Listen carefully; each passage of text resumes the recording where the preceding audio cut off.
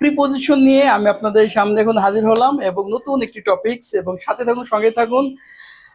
মাত্র 2টা মিনিট আমি সময় নেব যে উপরে শব্দটা কোন ক্ষেত্রে কোনটা হবে, ওভার, আপ, অন, অ্যাভাব।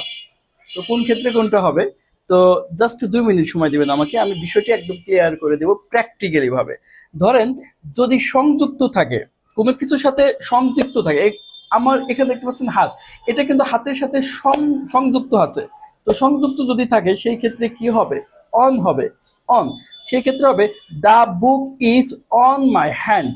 ঠিক আছে, বইটি আমার হাতের উপরে। ঠিক আছে, সেই ক্ষেত্রে অন হবে, কারণ এটা সংযুক্ত, এটা সংযুক্ত ভাবে আছে, দেখেন সংযুক্ত ভাবে থাকলে অন হবে। The book is on my hand. ঠিক আছে, বইটি আমার হাতের উপরে। এখন ধরেন যদি সংযুক্ত না থাকে, যদি গ্যাপ থাকে এইরকম ভাবে, সেটাও কিন্তু উপরে অর্থে বোঝায়। তো এই এই ধরনের সেন্টেন্স কিভাবে তৈরি করবেন, এখানে ধরেন একটু গ্যাপ আছে, ঠিক আছে, তো সেই ক্ষেত্রে কি হবে, সেই ক্ষেত্রে হবে হচ্ছে আপ। কি হবে, আপ হবে। মানে আমি চাইলে ওইটা ধরতে পারবো, বা আমি যদি একটু লাভ দিই সেই ক্ষেত্রে আমি এটা ধরতে পারবো। ঠিক আছে, আমি চাইলেই এটা ধরতে পারবো। ঠিক আছে, তো সেই ক্ষেত্রে হবে আপ, কিন্তু একটু ডিস্টেন্স থাকবে মাঝখানে, একটু distance.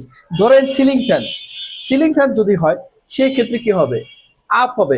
The fan is moving up hour head. ঠিক আছে, আপ আওয়ার হেড, আমাদের মাথার উপরে ফ্যানটি ঘুরতেছে বা ঘুরছে, এক্ষেত্রে হবে আপ। ঠিক আছে, এবার আসেন ওভার। ওভার মানে কিন্তু উপরে বোঝায়, উপরে বোঝায়, কিন্তু এটা কোন ক্ষেত্রে হবে, ওভার যখন সেটা চলন্ত ভাবে, কি হবে, চলন্ত ভাবে যখন এটা আহ মানে যেতে থাকবে তখন হচ্ছে ওভার হবে। যেমন আহ, যদি বলটা মানে যখন বাউন্ডারি হয়ে যায় উড়তে উড়তে, ঠিক আছে, একদম মাথার উপর দিয়ে, এবং চাইলেও আমরা সেটা ধরতে পারি না।